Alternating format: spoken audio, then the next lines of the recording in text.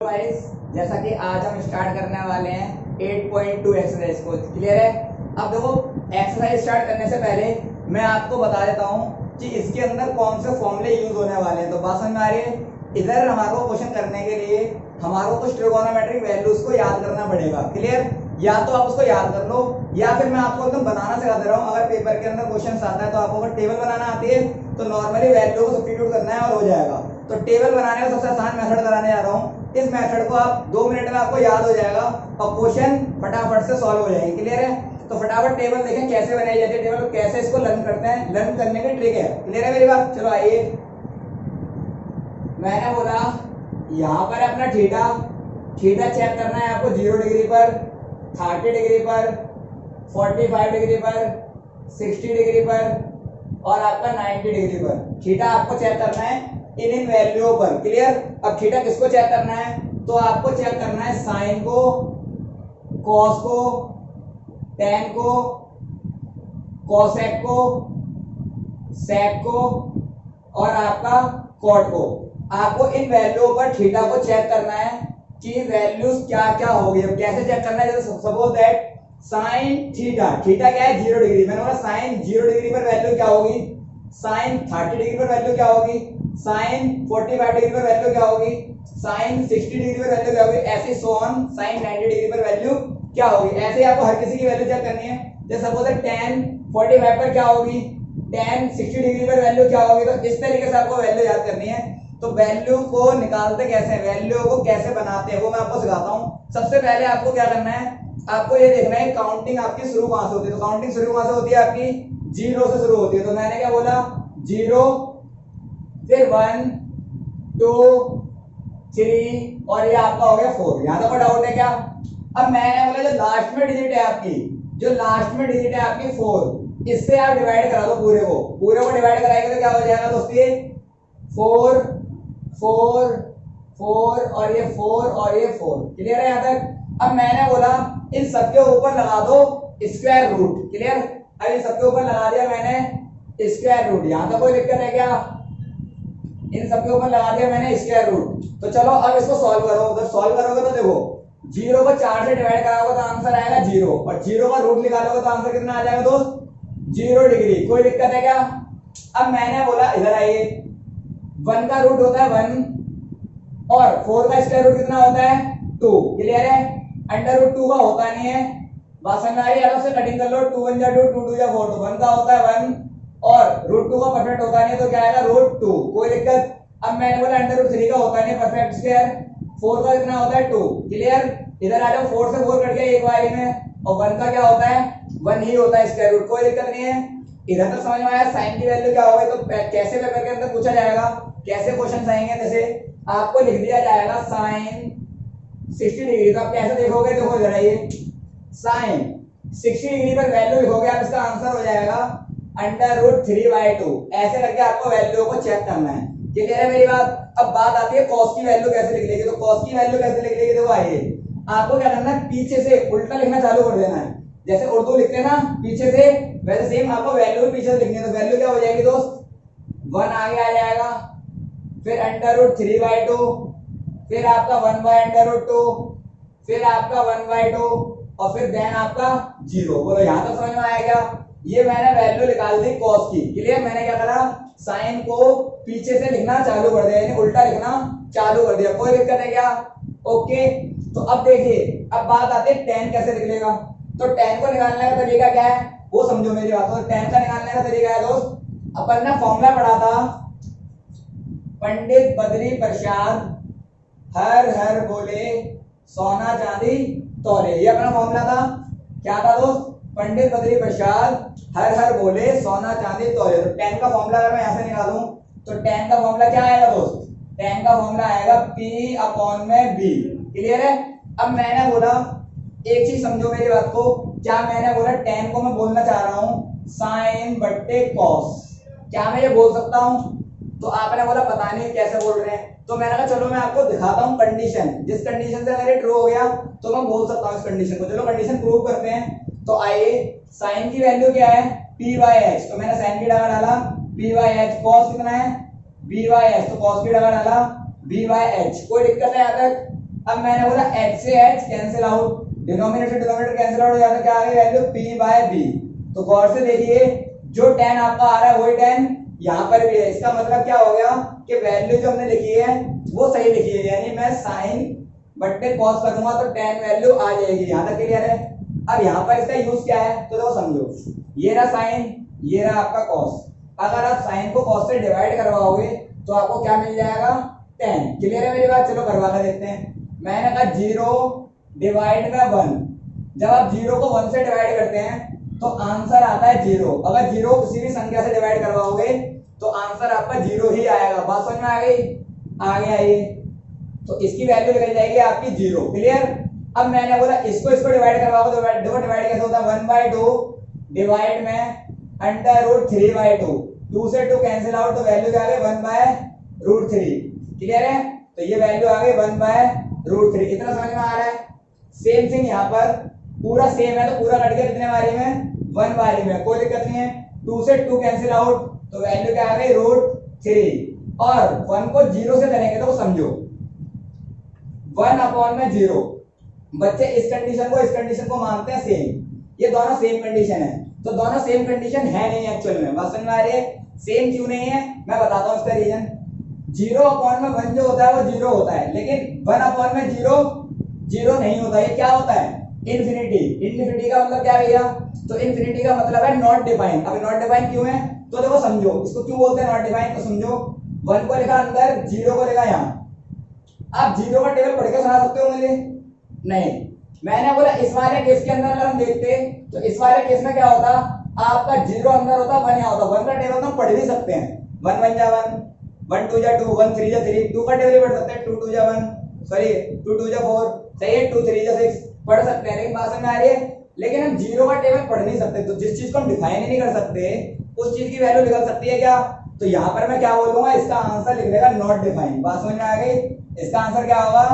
Not define. बोलो कोई दिक्कत है? तो tan 90 में वैल्यू क्या होगी? Not define. तो बात समझ में आ गई? हम 1/में कहीं 0 लिखा होगा तो उसको नॉट डिफाइन बोलते हैं, ना कि 0। क्लियर है मेरी बात? बोलो यहां तक क्लियर है क्या? चलिए अब मैंने बोला आपके पास 3 वैल्यूज और रह गई, ठीक है? यहां तक समझ में आ गया अच्छे से? बाकी 3 वैल्यू बहुत इजी है।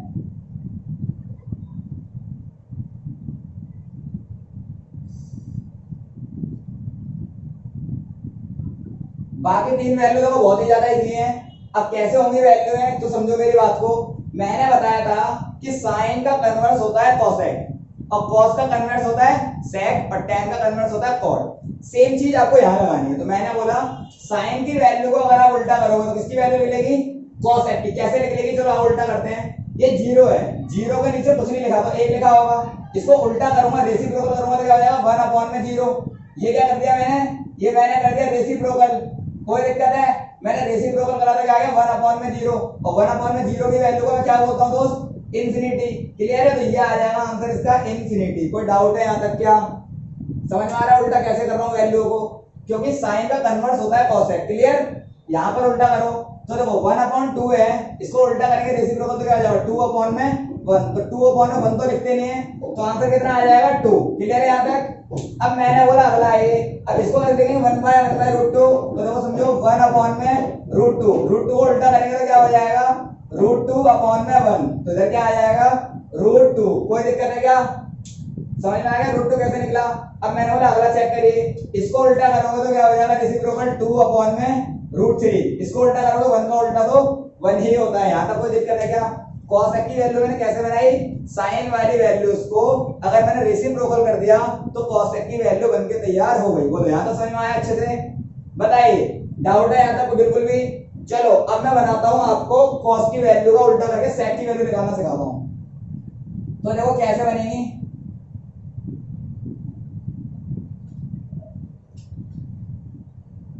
देखिए भाई, अब मैंने बोला कॉस की वैल्यू को अगर मैं उल्टा करूंगा तो क्या बन जाएगा? सेक। या तो आप कॉस की वैल्यू को उल्टा कर दो, या फिर एक तरीका और है। मैंने आपको बताया था कि अगर हम साइन को उल्टा लिख देते हैं पीछे से तो अपना क्या आ जाता है? कॉस। जैसे मैंने क्या करा था, साइन को पीछे से लिखना चालू कर दिया था तो कॉस बन गया था। अब वही काम अगर आपने कॉसेक पूरा लिख रखा है और कॉसेक को अगर पीछे से लिखना चालू कर दो तो क्या बन जाएगा? sec बन जाएगा। वही वाला सेम कॉन्सेप्ट यहाँ भी चलता है। क्लियर है मेरी बात? तो चलो दोनों से करके दिखाता हूँ। अब अगर पीछे से देखोगे तो क्या आ जाएगी वैल्यू 1 2 बाय √3 √2 2 और ये आपका आ गया इंफिनिटी। यहाँ तक कोई दिक्कत है? क्लियर मेरी बात? पक्का? इंफिनिटी को नॉट डिफाइन बोलते हैं। क्लियर है? आपकी टेबल में, बुक वाली टेबल में नॉट डिफाइन लिखा हुआ, समझ में आ रहा है? अब आ गया ये, मैंने बोला आप उल्टा करके एक बार चेक कर लेते हैं कि अपना आंसर सही आ रहा है या नहीं आ रहा। तो मैंने कहा चलो चेक करते हैं। 1 का उल्टा 1 ही होता है, इसका उल्टा करेंगे तो 2 बाई √3, इसका उल्टा करेंगे तो √2, इसका उल्टा करेंगे 2 और 0 का उल्टा होता है नॉट डिफाइन। बता दिया मैंने आपको पहले भी करके कि 0 का उल्टा क्या होता है? Not define. कैसे होता है चलो आजा करके देखो। तो देखो 0 का नीचे कुछ नहीं है, 1 अपॉन में 0 लिखूंगा तो इसका मतलब क्या होता है? इंफिनिटी। बोल क्लियर है? 0 का उल्टा क्या होता है? Not defined. समझ में आ गई मेरी बात? चलो अब बनाते हैं अपन कॉट। तो कॉट किसका उल्टा होता है? tan का उल्टा। अगर आप tan को उल्टा कर दोगे तो क्या बन जाएगा आपका? कॉट। तो चलो tan की वैल्यू को उल्टा करना शुरू कर दो। क्लियर है? tan की वैल्यू को उल्टा कर लो या फिर cosec अपॉन में sec करोगे फिर भी आपका आंसर आ जाएगा। क्लियर है? अगर cosec अपॉन में sec करोगे फिर भी आंसर आ जाएगा। अदरवाइज आप tan को उल्टा कर दो, वो ज्यादा आसान है। चलो tan का उल्टा करते हैं। तो tan का उल्टा करेंगे 0 अपॉन 1 और 0 का उल्टा क्या होता है? इंफिनिटी। इसका उल्टा करेंगे तो √3, इसका उल्टा करेंगे तो 1 ही आएगा, इसका उल्टा करेंगे तो 1 बाय √3, इसका उल्टा करेंगे 0, क्योंकि जब 0 का उल्टा इंफिनिटी है तो इंफिनिटी का उल्टा क्या हो जाएगा? 0। क्लियर है मेरी बात? टेबल समझ में आ गई पूरी?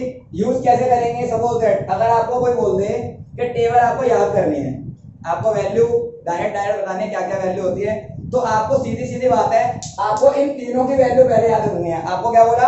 आपको इन तीनों की वैल्यू याद रखनी है, साइन की, कॉस की और टेन की। अगर आपको ये तीनों वैल्यू याद है, अगर आपको ये तीनों वैल्यू याद है तो आप ये तीनों वैल्यू आसानी से निकाल सकते हैं। कैसे निकलेगी? इनको उल्टा करके। बस बात समझ में आ गई? तो मैंने बोला सपोज दैट sec 60 की वैल्यू क्या होगी? मैंने बोला sec 60 की वैल्यू क्या होगी? थोड़ा सोचो। तो देखो आपको कैसे बतानी है और मैंने कैसे याद कर रखी है और आपको भी इसी तरीके से याद करनी है। तो जैसे अब sec 60 पूछा मैंने, इसका मतलब क्या है? sec किसका उल्टा होता है? पहले तो ये सोचना पड़ेगा। तो sec उल्टा होता है cos का। अब cos 60 क्या होता है? तो cos 60 होता है आपका 1/2। अगर मैं इसका रेसिप्रोकल कर दूं तो sec 60 आ जाएगा। तो कितना हो जाएगा? 1/2 का रेसिप्रोकल 2, तो आंसर आ जाएगा 2। क्लियर है मेरी बात? अगर आपसे मैंने पूछा कि बताइए cot 45 कितना होता है, तो देखो tan 45 सोचो पहले। तो tan 45 कितना होता है? 1। क्लियर? अब इसका उल्टा कर दूंगा, रेसिप्रोकल कर दूंगा तो क्या आ जाएगा? cot 45। तो 1 का उल्टा क्या होता है? 1 ही होता है। क्लियर है मेरी बात? इस तरीके से आपको वैल्यू को याद करना है। और अगर आपने वैल्यू याद नहीं करी, यही टेबल बनाना नहीं सीखी इतना आसान मेथड से, बात समझ में आ रही है, तो आपसे क्वेश्चन होने वाले नहीं है। तो बात समझ में आ रही है? पहले आप टेबल को बनाना सीखें जैसे मैंने सिखाया उस तरीके से, और आपको वैल्यूज को भी याद कर लेना है, ये बेटर रहेगा। फिर आपका 2 मिनट में क्वेश्चंस सॉल्व होने में कोई दिक्कत नहीं आएगी। बात समझ में आ रही है? बहुत ही आसान तरीका होता है। वैल्यू को अगर याद है आपको तो क्वेश्चन को सॉल्व करना बहुत ही आसान है। क्लियर है? चलो एक्सरसाइज शुरू करते हैं। इसको स्क्रीनशॉट ले लो, मैं अब कर रहा हूं। देखो अब क्वेश्चन समझो। क्वेश्चन है एक्सरसाइज 8.2। एक्सरसाइज 8.2 निकाल लो। 8.2 एक्सरसाइज निकालो फटाफट। तो पहला सवाल देखो, पहला सवाल है इवेल्युएट करना है। इवेल्युएट करना है sin 60 और cos 30। आपको बोला sin 60 cos 30 plus sin 30 cos 60। ये वैल्यू दी मैंने आपकी और आपको बोला गया कि आपको सॉल्व करना है। क्लियर है? कैसे सॉल्व होगा ये? इवेल्युएट का मतलब ये होता है सॉल्व करना है। इसकी लीस्ट वैल्यू तक आपको पहुंचना है कि क्या इसकी लीस्ट वैल्यू हो सकती है। तो देखो समझो मेरी बात को, मैंने बोला आपको वैल्यू याद होनी चाहिए। तो आपके पास किताब पड़ी होगी, एक बार किताब के अंदर से खोल खोल के चेक करें, जो मैं बताऊंगा मेरे को तो सारी याद है, तो फटाफट चेक करें। sin 60 की वैल्यू होती है √3/2। cos 30 की वैल्यू भी क्या होती है दोस्त? cos 30। तो cos 30 भी आपका सेम ही होता है √3/2। sin 30 होता है 1/2 और cos 60 होता है आपका सेम ही 1/2। आप चेक कर सकते हो बुक के अंदर या टेबल के अंदर, जो मैंने सिखाई है आपको यही वैल्यू आपको मिलेंगी, कोई दिक्कत नहीं है। चलो इनटू कराएं। √3 को √3 से करा कितना आएगा? √9। 2 2 जा 4 प्लस 1 1 जा 1 2 2 जा 4। तो कितना आ जाएगा आपका? √9 का मतलब होता है 3 1/4 एलसीएम ले लिया, कितना आ गया 4, 3 और 1 कितना हो गया 4, और 4 को 4 से काटा 1 टाइम्स में कट गया, कोई दिक्कत नहीं है। तो इसकी लीस्ट वैल्यू क्या हो जाएगी, ऐसे सॉल्व करेंगे तो आंसर कितना आएगा 1। ये आपका हो जाएगा करेक्ट आंसर। यहां तक कोई डाउट है क्या? तो ये आपका अपनी बुक के पीछे आंसर होगा 1। क्लियर है? तो क्या आंसर निकला, समझ में आया? अगला क्वेश्चन देखें। अगले क्वेश्चन को इंपोर्टेंट टिक करें, पेपर के अंदर काफी बार आया है तो समझो। क्वेश्चन है किसी का, ये तो फर्स्ट पार्ट करा दिया मैंने, अब मैं थर्ड पार्ट करा रहा हूं। अच्छा क्वेश्चन है, बाकी पार्ट आप खुद कर सकते हैं अगर आपको ये वाले पार्ट समझ में आ जाते हैं तो। cos 45 degree sec 30 degree plus cosec 30 degree, ये क्वेश्चन लिखा हुआ है और आपको सॉल्व करना है इसको। बात समझ में आ रही है?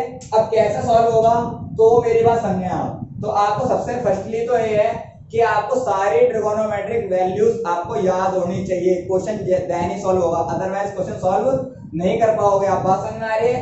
तो आपका पहला काम है आप टेबल को याद करें, बनाना सीखें। बात समझ में आ रही है? आगे देखिए अब क्वेश्चन कैसे होगा। तो cos 45, तो cos 45 की वैल्यू होती है 1/√2। नीचे आओ, sec 30 की जो वैल्यू होती है वो होती है आपकी अंडर 2/√3। क्या होती है? 2/√3। मैंने कैसे बचाना, मैंने बोला cos 30, तो cos 30 की वैल्यू होती है √3/2, तो उल्टा कर दोगे तो क्या हो जाएगा 2/√3। सेम थिंग यहाँ पर आओ। अब देखो cos किसका उल्टा होगा, साइन का। sin 30 की वैल्यू कहाँ होती है 1/2, तो उल्टा कर देंगे तो क्या हो जाएगा ओनली 2। कोई दिक्कत है? यहाँ पर मैंने लगाया 1 और मैंने ले लिया एलसीएम, यहाँ तक कोई दिक्कत है क्या? चलो भाई अब मैं इसको करता हूँ, इस वाले को स्क्रीनशॉट ले लो फटाफट, रख करूंगा मैं। तो देखिए अब क्या होने वाला है क्वेश्चन, तो समझो मेरी बात को। मैंने बोला इधर मैं ले लेता हूँ इसका एलसीएम, तो एलसीएम आएगा तो कितना आएगा 1/√2 डिवाइड में, मैंने इसका एलसीएम लिया तो कितना आया √3 को √3 से काटा एक बारी में, एक को 2 से इंटू करेंगे तो कितना आएगा 2, और 1 का √3 से टेबल पड़ा तो कितना आएगा √3 बारी में, √3 को 2 से इंटू करेंगे तो कितना आएगा 2√3। एक बात बता देता हूँ, बच्चे क्या करते हैं 2 को अंडर√3 से अंदर इंटू कराएंगे तो अंदर इंटू नहीं होगा, ये नंबर जो लिखा हुआ है √3 वो इरेशनल है और ये वाला नंबर रेशनल है, तो रेशनल कभी भी इरेशनल से मल्टीप्लाइड नहीं होते। ये वाली बात समझ में आ गई? क्लियर है? तो आगे आइए क्या हो गया क्वेश्चन। जैसे 1/√2 और 2 प्लस में 2√3 डिवाइड में अंडर√3। अब डिवाइड किसमें कन्वर्ट हो जाता है मल्टीप्लाइड में, तो क्या बन जाएगा क्वेश्चन बन जाएगा आपका 1/√2, ये अंडर√3 ऊपर और 2 प्लस में 2√3 नीचे। यहां तक कोई डाउट है क्या? समझ में आ रहा है? अब आइए आगे सॉल्व करते हैं। तो √3 2 को इससे इंटू कराएंगे √2 से, तो क्या होगा, तो सेम थिंग, ये रेशनल है ये रेशनल है, तो क्या आ जाएगा 2√2, इंटू नहीं होगा, फिर आगे प्लस इसको अंदर इंटू करेंगे तो कितना आएगा 2√6। यहां तक समझ में आ गया क्या? अब आपको क्या करना है, ये आपका आंसर तो वैसे आ सकता है लेकिन आपके बुक के पीछे ये आंसर नहीं होगा। क्यों? क्योंकि उन्होंने क्वेश्चंस को सॉल्व कर रखा है। अब सॉल्व कितना कर रखा है तो मेरी बात समझो। मैंने बोला आप इसको कर दो रेशनलाइज। अब भैया रेशनलाइज क्या होता है, तो रेशनलाइज का मतलब समझो आपने 9th क्लास के अंदर करा होगा, ये निशान प्लस का है तो आप क्या करो, इस निशान का कन्वर्स करके बोथ साइड मल्टीप्लाई कर दो, न्यूमरेटर में भी और डिनोमिनेटर में भी। यहां तक कोई दिक्कत है? मैंने क्या करा, बोथ साइड मल्टीप्लाई कर दिया, न्यूमरेटर में भी और डिनोमिनेटर में भी। क्लियर है मेरी बात? चलो इंटू कराएंगे तो क्या हो जाएगा ये, तो अंडर√3 से इसको इंटू कराएंगे तो कितना आएगा 2 अब देखो ये रूट वाला फंक्शन ये रूट वाला फंक्शन, तो अब ये बाहर वाले से इंटू नहीं होगा, अब ये रूट वाले से ही इंटू होगा, तो क्या बन जाएगा √3 को इससे कराएंगे तो अंडर√6, क्योंकि 2 3 जा 6। बोलो यहां तक समझ में आ रहा है? अब आगे देखो इससे करेंगे तो कितना आएगा 2 3 6 जा 18, डिवाइड में आ जाओ। डिवाइड में मैंने बोला नीचे बन रहा है फॉर्मूला कैसे बनना है तो दिखाता हूं। यही a की वैल्यू यहाँ पर है 2√2, यही a की वैल्यू यहाँ पर है, यहाँ पर मैंने बोला यही b की वैल्यू यहाँ पर है और माइनस में यही b की वैल्यू है, तो फॉर्मूला क्या बन गया a + b * a - b। तो क्या होता है फॉर्मूला a + b इंटू में a - b, तो क्या होता है a² - b²। ये फॉर्मूला होता है अपना। चलो अप्लाई करते हैं आइए। तो मैंने बोला ये आ जाएगा आपका 2√2 पूरे का होल स्क्वायर माइनस 2√6 नीचे वाले का भी होल स्क्वायर। यहां तक क्लियर है क्या?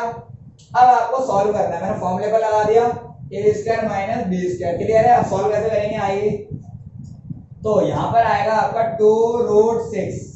क्या मैं 18 को थोड़ा और सॉल्व कर लूं? तो 18 के वेक्टर बनाए मैंने 2 9 जा 18, 3 3 जा 9, 3 1 जा 3।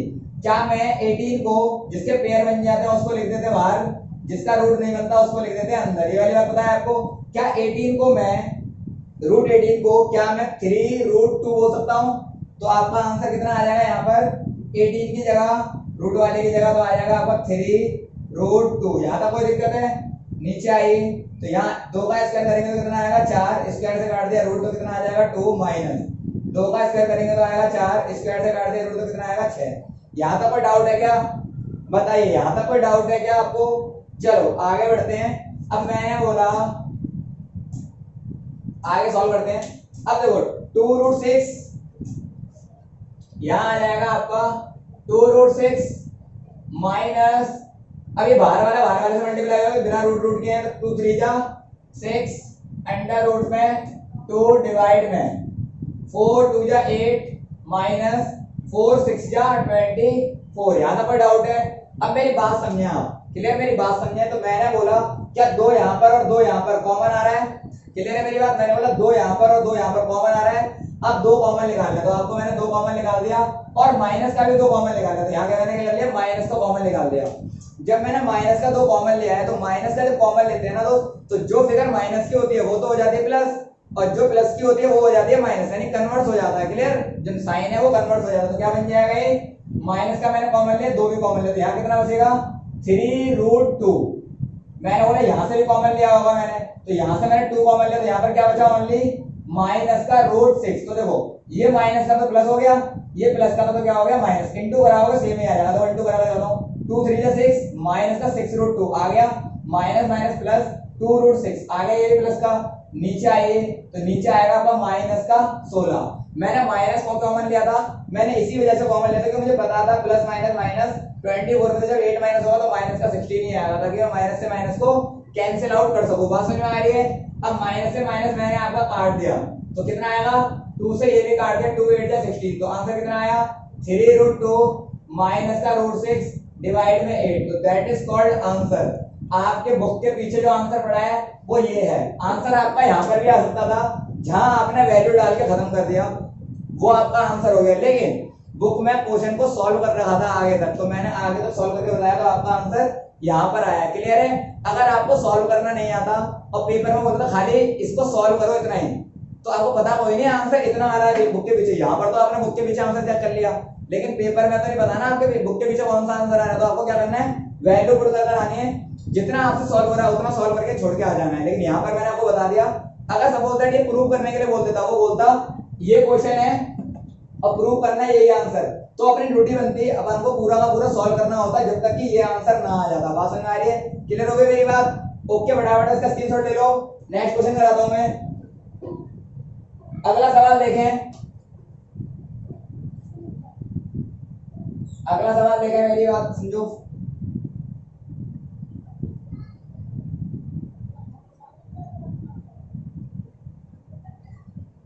अगला क्वेश्चन है आपका इसी का थर्ड फोर्थ फिफ्थ पार्ट करा रहा हूं, फिर बाकी सारे के सारे क्वेश्चन आपको होमवर्क दे दूंगा। सेकंड पार्ट और फोर्थ पार्ट आपका होमवर्क है, वो हो जाएंगे, सिंपल वाले केस हैं। मैंने आपको डिफिकल्ट केस जो थे वो मैंने करा दिए। क्लियर है? तो क्वेश्चन देखिए, फिफ्थ पार्ट क्या है? फिफ्थ पार्ट है इसका दोस्त 5 cos square 60 degree 4 sec square 30 degree minus tan square 45 degree divide में sin square 60 degree plus cos square 30 degree. ये आपको क्वेश्चन लिखा हुआ है और आपको बोला गया इसको सॉल्व कीजिए। बात समझ में आ गई? तो मैंने बोला आपका पहली ड्यूटी क्या है? आपको वैल्यूज को याद होनी चाहिए या आपको टेबल बनाने आनी चाहिए, देन आप वैल्यू को क्या कर सकते हो? सब्स्टिट्यूट कर सकते हो। तो मैंने कहा आइए वैल्यू को सब्स्टिट्यूट करते हैं। तो देखो cos 60 की वैल्यू क्या होती है? तो cos 60 की वैल्यू होती है आपकी 1/2 और इसका भी क्या हो रहा है? Whole square. तो मैंने क्या कर दिया? होल स्क्वायर कर दिया। फिर प्लस 4 sec 30 की वैल्यू, तो sec 30 की वैल्यू होती है 2/√3 और उसका भी हो रहा है स्क्वायर, तो इसका ही मैंने क्या कर दिया? स्क्वायर कर दिया। माइनस tan 45 जो कि होती है 1 और इसका भी क्या हो रहा है? स्क्वायर, तो मैंने कर दिया स्क्वायर। यहाँ तो समझ में आया। मैंने जस्ट वैल्यूओं को सब्स्टिट्यूट कर दिया और अगर स्क्वायर बोला था तो मैंने स्क्वायर कर दिया, कोई दिक्कत है यहाँ तक? ओके, आगे आइए। साइन 60, तो साइन 60 होता है √3/2 और इस पूरे का भी क्या करना है, whole square, plus cos 30, cos 30 भी अपना √3/2 ही होता है और इसका भी मैंने क्या कर दिया, होल स्क्वायर। यहाँ तो कोई डाउट है? अब आपको सॉल्व करना है, तो सॉल्व कैसे करते हैं, आइए। मैंने बोला 5 इंटू 1 का स्क्वायर करेंगे तो 1 और 2 का स्क्वायर करेंगे तो कितना आ जाएगा, 4। यहाँ तो कोई दिक्कत है? फिर प्लस 4 इंटू 2 का स्क्वायर करा तो आएगा 4, स्क्वायर से कट जाता है रूट तो कितना आएगा, 3। फिर मैंने बोला 1 का स्क्वायर कर दिया तो आ गया 1, नीचे आओ, स्क्वायर से कट गया रूट तो 3, 2 का स्क्वायर करेंगे तो कितना आएगा, 4, स्क्वायर से कट गया रूट 3 और 2 का स्क्वायर, सेम ही चीज, कोई दिक्कत नहीं है। अब आपका क्वेश्चन क्या बन जाएगा, चलो सॉल्व करते हैं। तो देखो यहाँ पर बच्चा एक गलती कर जाता है, जिसको थोड़ा दिमाग नहीं होता वो क्या करता है, इस 5 को इससे भी इंटू कराता है, 5 बन जाए 5 और 5 को इससे भी इंटू कराता है, तो ऐसा नहीं करते। बात समझ में आ रही है? जो ये फंक्शन लिखा हुआ है इसके नीचे कुछ नहीं है तो 1 माना जाएगा, इसके नीचे कुछ नहीं है तो 1 माना जाएगा। तो आपको क्या करोगे, न्यूमरेटर को न्यूमरेटर से मल्टीप्लाइड, डिनोमिनेटर को डिनोमिनेटर से मल्टीप्लाई, तो क्या बन जाएगा आपका रिजल्ट, 5/4। इधर आइए, इधर आएगा 4 4 जा 16/3 बन जा 3। क्लियर है मेरी बात? आपको वैसे इंटू नहीं कराना और इसके नीचे कुछ नहीं तो मैंने क्या लगा दिया, 1। नीचे आइए, तो आपका बन जाएगा, नीचे का एलसीएम दिया तो कितना आया, 4, 3 और 3 कितने हो गए, 6। यहाँ तक कोई डाउट है क्या? यहाँ तक कोई डाउट है? चलो आगे बढ़ते हैं। मैंने बोला एलसीएम ले लिया, अब एलसीएम कैसे लेते हैं, आइए। मैंने बोला 4, 3 और 1 का एलसीएम लेना, तो 4 से काटा है, 3 से काटा, तो देखो ये तो कटेगा नहीं, ये कट गया, ये कट गया, अब 4 से काटो डायरेक्ट। क्लियर है? तो इंटू बनाओगे तो कितना आएगा, 3 4 जा 12, यानी एलसीएम कितना आया इनका, तो एलसीएम आया 12। यहाँ तो कोई दिक्कत है? तो एलसीएम आ गया आपका 12। अब 4 का टेबल ऐसा पढ़ोगे 12 आना चाहिए, कितनी बारी में आएगा, 4 का टेबल पढ़ो ऐसा भी 12 है, 3 बारी में, 3 को इंटू कराओगे 5 से तो कितना आएगा, 15। फिर प्लस 3 का टेबल ऐसा पढ़ोगे 12 आना चाहिए, 4 बारी में, 16 4 जा 64, फिर माइनस 1 का टेबल ऐसा पढ़ो 12 आना चाहिए, 12 बारी में, 12 को 1 से कराओगे इंटू तो कितना, 12 बन जाए 12, नीचे 6/4। यहाँ तक कोई डाउट है क्या, बोलो? तो विच इंप्लाइज 15 में से 12 गए तो प्लस का 3, क्योंकि बड़े के आगे प्लस का निशान है, 3 और 64 कितना हो गया, 67 डिवाइड बाय 12 और इसके नीचे कितना आ गया, 6/4। और ऐसी सिचुएशन आ जाती है तो हम क्या करते हैं, डिवाइड कन्वर्ट इनटू मल्टीप्लाई। तो क्या हो जाता है इसमें ऊपर वाला नंबर तो रेशनल ऐसे ही रहता है, नीचे वाला जो डिनोमिनेटर वाला नंबर होता है, तो जो डिनोमिनेटर है वो तो हो जाता है न्यूमरेटर, जो न्यूमरेटर है वो हो जाता है डिनोमिनेटर। तो मैंने 4 से कैंसिल करा, 4 एकम 4, 4 दिया 12, तो आंसर कितना आ जाएगा, 67 बन जा 67 और 3 6 जा 18। तो ये आपका हो जाएगा दोस्त आंसर। कोई दिक्कत है क्या? आपका आंसर ये हो गया। क्लियर है मेरी बात? तो आपको इवैल्यूएट करना आ रहा है क्वेश्चन, तो फटाफट से इसका स्क्रीनशॉट ले लो। अगला सवाल समझे, अगला सवाल समझे फटाफट से।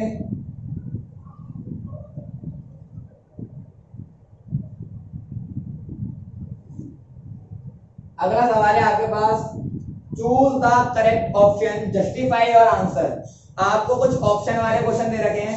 अब देखो ऑप्शन वाले क्वेश्चन दिखते ही आधे बच्चे क्या करते हैं, जय माता की करते हैं। बात समझ में आ रही है? या अक्कड़ बक्कड़ बम्बे वो करते हैं। तो आपको याद रखना है, ना तो आपको जय माता की करना, ना ही आपको अक्कड़ बक्कड़ बम्बे वो करना। बात समझ में आ रही है? इन दोनों में से कोई सा भी आपको फंडा अप्लाई नहीं करना। क्लियर है?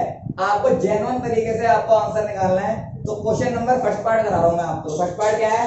फर्स्ट पार्ट है आपका 2 tan 30 degree divide 1 plus tan square 30 degree. तो ऑप्शन ए है साइन 60, ऑप्शन बी है cos 60, ऑप्शन सी है tan 60, ऑप्शन डी है साइन 30। क्लियर है मेरी बात? ये ऑप्शन गिवन है आपको और आपको बोला गया इसको सॉल्व करना है। तो मैंने बोला आइए सॉल्व कैसे करेंगे।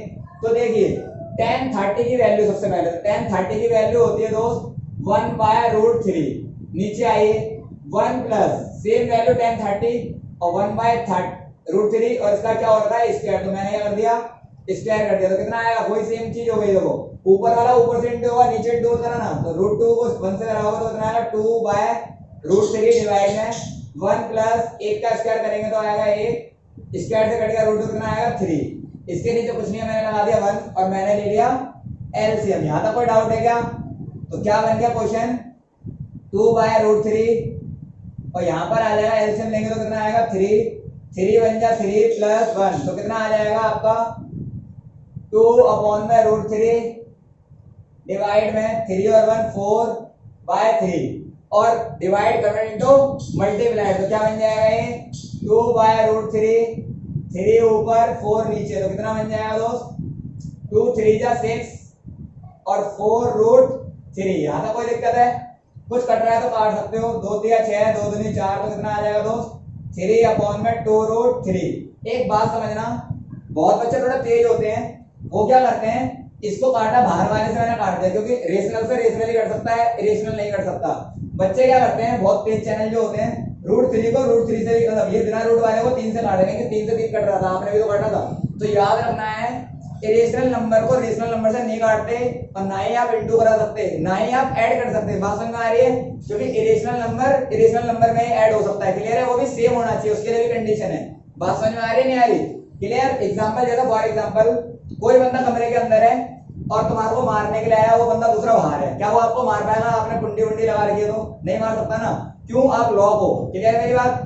अगर आप बाहर हो गए तो आप में दोनों में लड़ाइयां हो जाती। क्लियर हो रही है मेरी बात? तो ऐसे वो आपको मार नहीं सकता। लेकिन मैंने बोला दोनों कमरे के अंदर है, क्लियर है? तो दोनों के अंदर कुछ ना कुछ हरकत हो जाएगी, दोनों के अंदर लड़ाइयां बिगड़ी वाली हो सकती है क्योंकि दोनों काट सकते हैं एक दूसरे को। तो अगर याद रखना है दो बंदर रूट के तो मल्टीप्लाई हो जाएंगे, या दोनों बाहर है दोनों रेशनल है, दो मल्टीप्लाई हो जाएंगे। क्लियर है? एक बाहर एक अंदर है तो पॉसिबल ही नहीं है। क्लियर हो रही है मेरी बात? एग्जांपल समझ में आ रहा है? सेम चीज यहाँ पर आई है। अब यहाँ पर ये वैल्यू तो इनमें से किसी की वैल्यू नहीं होती, तो आपको क्या करना है यहाँ पर करवा दो रेशनलाइज। मैंने क्या करवा दिया यहाँ पर कर दिया रेशनलाइज, तो यहाँ पर लिख दो आप रेशनलाइज लिख दिया मैंने, कोई दिक्कत नहीं है। रेशनलाइज में क्या करता है जो फंक्शन नीचे होता है उसी से ऊपर नीचे न्यूमरेटर डिनोमिनेटर में डिवाइड करवा देते, इंटू करवा देते, तो कितना आ जाएगा दोस्त 3 2 जा 6 रूट 3 2 2 जा 4 और 3 3 जा 9 और 9 का रूट कितना होता है 3। कोई दिक्कत? 3 से काट दिया 3 दूनी 6, बात समझ में आ रही है? और 2 से काट दिया 2 एकम 2 2 दूनी 4, तो आंसर कितना आया अंडर रूट 3/2। ये मेरी बात समझ में आ गई? तो आंसर सॉल्व होकर आया अंडर रूट 3/2। अब आपको चेक करनी है कि ये वैल्यू कहां पर होती है, तो मैंने बोला आइए sin 60 की वैल्यू होती है अंडर रूट 3/2, cos 60 की वैल्यू होती है 1/2, tan 60 की वैल्यू होती है रूट 3 और sin 30 की वैल्यू होती है 1/2। तो कौन सा ऑप्शन करेक्ट है? ये वाली वैल्यू इस वाले से करेक्ट आ रही है, तो मैंने बोला A option is right answer या करेक्ट आंसर, कोई दिक्कत नहीं है। तो ए ऑप्शन आपका राइट आंसर होगा, यानी ए ऑप्शन में वो भी कौन था sin 60 की वैल्यू होती है। समझ में आ गया क्या? फटाफट से इसको स्क्रीनशॉट ले लो, तो आपको तुक्के नहीं लगाने। क्लियर है मेरी बात? आपको जय माता की नहीं करना। बात समझ में आ रही है दोस्त? अगला क्वेश्चन समझें। तो अगला क्वेश्चन है आपके पास, अगला क्वेश्चन है यही मल्टीपल चॉइस ही है, एक में और करा रहा हूं, उसके बाद आपका एक क्वेश्चन रह जाएगा, वो आपका होमवर्क जाएगा। तो देखो समझो, सेकंड केस है 1 minus tan square 45 1 plus tan square 45। Option A है, ऑप्शन ए है आपका tan 90, ऑप्शन बी है 1, ऑप्शन सी है sin 45, ऑप्शन डी है, ऑप्शन डी है आपका 0 डिग्री। क्लियर? ये आपको ऑप्शन गिवन है और आपको बोला कि सॉल्व करिए, तो मैंने बता दिया तुक्का नहीं मानना, आपको सॉल्व करना है। तो देखो आइए 1 minus tan square 45 1 plus tan square 45, यहां से मैंने सॉल्यूशन करना चालू करा। तो देखो tan 45 की वैल्यू को पहले पता होना चाहिए, तो कितनी होती है इसकी वैल्यू 1 और 1 का मैंने कर दिया स्क्वायर, 1 प्लस 1 का भी क्या कर दिया स्क्वायर, तो क्या आएगा 1 माइनस 1 का स्क्वायर करेंगे तो बनी आएगा 1 का स्क्वायर करा तो क्या आ गया 1, तो कितना आ गया 0/2 और आंसर क्या आएगा 0। मैंने बताया था कि अगर 0 किसी भी संख्या से डिवाइड करवा दो तो आंसर क्या आता है 0। अब ऑप्शन में देखो, तो पहले ऑप्शन में देखने से पहले बच्चों को लग रहा होगा वो तो ऑप्शन है ही दिख रहा है मेरे को, सही है, लेकिन इनकी वैल्यू भी चेक कर लो। tan 90 होता है इंफिनिटी और 1 है ही, और sin 45 होता है 1/√2। तो बात समझ में आ गई। यानी मैंने बोला कि ये वैल्यू जो होगी वो क्या आ रही है, 0, और वो कौन सा ऑप्शन में है, डी में। तो मैंने बोला D option is a right answer. बात समझ में आ गई। तो D option is a right answer. Clear है मेरी बात, ये आपका आंसर सही हो जाएगा। तो फटाफट इसका भी स्क्रीनशॉट ले लो। और अगला वाला जो क्वेश्चन है वो आपका होमवर्क है।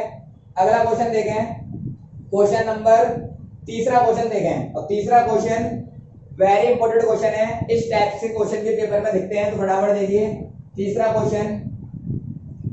क्वेश्चन है इफ, इसने बोला तीसरा क्वेश्चन है if tan a plus b, condition क्या है, इफ यदि tan a plus b equal given है √3, सही है, और tan a minus b equal given है 1/√3, तो इसने बोला एक कंडीशन है 0 से a plus b बड़ा होगा और 90 से a plus b छोटा होगा। बात समझ में आ गई।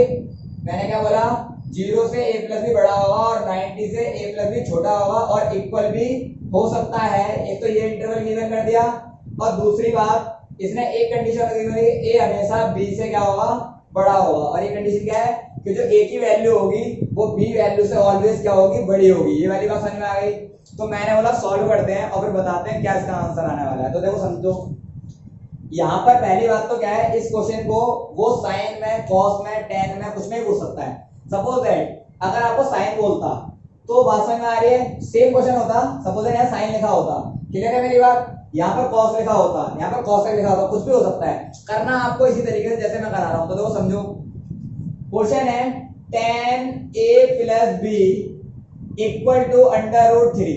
मैंने बोला आपको चेक करना है कि tan की वैल्यू, ये वाली वैल्यू tan पर ही कहाँ होती है, क्योंकि सामने tan पड़ा हुआ है तो tan पर ही चेक करना है। अगर सामने पड़ा होता cot तो आप cot पर ही चेक कर रहे होते, अगर सामने पड़ा होता sin तो sin पर ही चेक कर रहे होते। क्लियर हो रही है मेरी बात। जो फंक्शन पड़ा हुआ उसके सामने वाली वैल्यू उसी फंक्शन पर चेक करनी है। क्लियर है मेरी बात। तो अब मैंने बोला ये वैल्यू tan पर कहाँ होती है, तो मैंने बोला आइए tan a plus b equal to, ये वैल्यू होती है tan 60 पर। कितने पर होती है, tan 60 पर। तो वैल्यू देखो समझो, tan से tan जो होते हैं वो कैंसिल आउट हो जाएंगे, लेकिन काट के दिखाते नहीं है। बात समझ में आ गई। मैंने क्या बोला, ये tan से tan कैंसिल आउट हो जाते हैं लेकिन काट के दिखाते नहीं है, ये एंटी क्लॉक करते हैं। तो tan से tan कैंसिल आउट, तो a plus b की वैल्यू कितनी आ जाएगी दोस्त, 60 degree. Theta equal to this theta. जब सेम रेशियो बड़े होते हैं, सेम फंक्शन बड़ा होता है ट्रिगोनोमेट्री का, तो कैंसिल आउट हो जाते हैं। क्लियर है। इक्वल में अगर सेम ट्रिगोनोमेट्रिक फंक्शन बड़ा होगा तो वो आपस में कैंसिल आउट हो जाएंगे। तो थीटा इक्वल टू थीटा, तो क्या वैल्यू आ गई, a plus b equal 60 degree. Equation first, same thing आओ सेकंड वाले से निकालते हैं। तो tan a minus b equal to 1/√3। तो आइए tan a minus b equal, ये वैल्यू कहाँ होती है, तो ये वैल्यू होती है tan 30 डिग्री पर। यहाँ तो समझ में आ गया। क्लियर है मेरी बात, क्योंकि tan पर ही चेक करनी पड़ेगी। मेरी बात समझ में आ रही है। और अगर आप साइन होता तो साइन पर ही चेक कर रहे होते। क्लियर है ये वाली बात। तो फटाफट आइए, अब मैंने बोला ये कैंसिल आउट हो जाता है लेकिन काट के दिखाते नहीं है। तो क्या आ जाएगी, a माइनस बी, तो थीटा इक्वल टू थीटा, तो a माइनस बी इक्वल आ जाएगा 30 डिग्री। क्लियर। इक्वेशन सेकंड, यहाँ तक कोई डाउट है क्या। अब आप ये दो इक्वेशन आ गए, दो लीनियर इक्वेशन आ गए। इन इक्वेशन को चाहे तो आप क्रॉस मल्टीप्लिकेशन मेथड से कर लें, चाहे एलिमिनेशन मेथड से कर लें, चाहे तो इसको सब्स्टिट्यूशन से कर लें। आप किसी भी मेथड से इसको कर सकते हैं सॉल्व। क्लियर। तो मैंने इसके अंदर लगाया एलिमिनेशन मेथड। तो चलो आइए, तो मैंने बोला from equation first minus second. तो फर्स्ट इक्वेशन क्या है दोस्त, a plus B equal 60 degree, a minus B equal 30 degree. अब जब हम इक्वेशन को एलिमिनेट करते हैं तो नीचे वाले जो इक्वेशन है उसके निशान क्या होते हैं, कन्वर्ट हो जाते हैं। प्लस है तो माइनस, माइनस है तो प्लस। तो क्या हो जाएगा, प्लस था तो क्या हो गया माइनस, ये माइनस था तो क्या हो गया प्लस, ये प्लस था तो क्या हो गया माइनस। याद रखना नीचे वाली इक्वेशन को बदलते हैं। क्लियर है। अब ये a प्लस का a माइनस का कैंसिल आउट, प्लस b तो प्लस प्लस प्लस, तो कितना आ जाएगा 2b। 60 में 30 का तो कितना हो जाएगा 30। ये इनटू में नीचे जाएगा तो डिवाइड में 2 से काट दे, कितना आ गया 15। तो b की वैल्यू कितनी आ गई 15 डिग्री। यहाँ तक कोई दिक्कत है। अगर आप b की वैल्यू पुटिंग कर देंगे किसी भी इक्वेशन में पहली में चाहे दूसरी में, तो आंसर आ जाएगा इसका ए का। तो मैंने बोला आइए, तो putting the value of b in equation, suppose मैंने फर्स्ट में डाल दी, फर्स्ट क्या है a plus B equal 60 degree. तो a प्लस बी की वैल्यू कितनी आई है, b की वैल्यू है 15, तो 15 इक्वल में 60 डिग्री, ये प्लस का उधर जाएगा तो माइनस का, तो 60 डिग्री माइनस का 15, तो a की वैल्यू कितनी आ गई 45 डिग्री। यहाँ समझ में आया। चलो कंडीशन चेक करते हैं। तो इसने क्या बोला था, a की वैल्यू b की वैल्यू से बड़ी होगी। तो देखो a 45 है और b 15 तो बड़ी है, पहली कंडीशन ठीक है। फिर अगली कंडीशन थी a प्लस बी जो है वो 0 से बड़ा होगा 90 से छोटा होगा। तो a प्लस बी कराया तो कितना आया 60। अब 60 0 से बड़ा है और 90 से छोटा है। अगर 90 भी आता तो भी आंसर सही होता, क्योंकि इक्वल का निशान भी लगा हुआ है। लेस देन इक्वल, बात समझ में आ रही है। तो इक्वल भी होता तो भी हम मान जाते, बात समझ में आ रही है। तो ये आपका सॉल्यूशन होगा। क्लियर है मेरी बात। तो इस टाइप के क्वेश्चन आपके पेपर में पूछे जाते हैं। फटाफट से एक बार स्क्रीनशॉट ले लो इसका। क्लियर है मेरी बात। तो अगली एक्सरसाइज करेंगे अपन 8.3 और उसके कुछ फॉर्मूले हैं वो उसी के एट द टाइम ही कराएंगे, कोई दिक्कत नहीं है। तो ओके गाइस, बाय बाय।